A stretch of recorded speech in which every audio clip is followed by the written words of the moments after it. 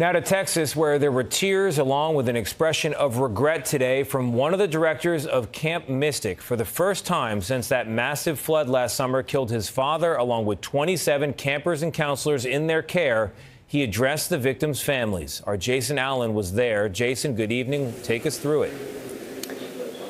Good evening, Tony. And the families of those campers are staying late inside the Texas Capitol tonight to make sure they have an opportunity to speak directly to state lawmakers as the owners of the camp try to convince the state they should be allowed to reopen. And I want to speak directly to the Heavens 27 families. I think about the night of the flood every moment of every day. We tried our hardest that night, and it wasn't enough to save your daughters. We were devastated alongside you. In front of a state committee investigating last year's deadly Texas flash floods, Camp Mystic director Edward Eastland told parents of the victims he had failed them.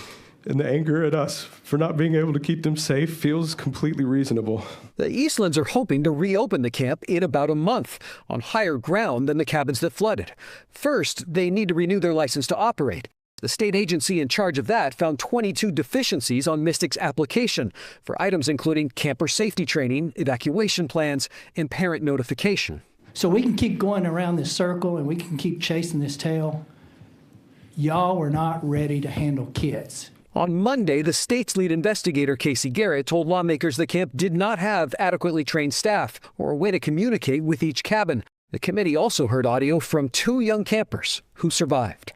But then we all fell out of the window and the water started rushing and it ran this way.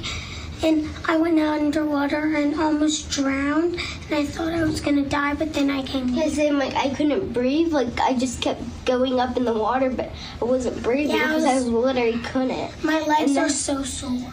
Late today, the mother of a Camp Mystic survivor questioned if the camp would ever be safe.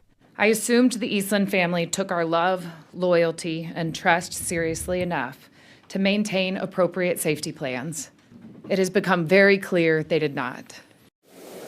Mary Liz Eastland said today that her family would be willing to step back from operating the camp if it was allowed to stay open, but didn't say who would take over. The committee's findings are going to be factored into whether the camp gets to reopen in just weeks. Tony? Jason Allen for us in Texas. Jason, thank you very much.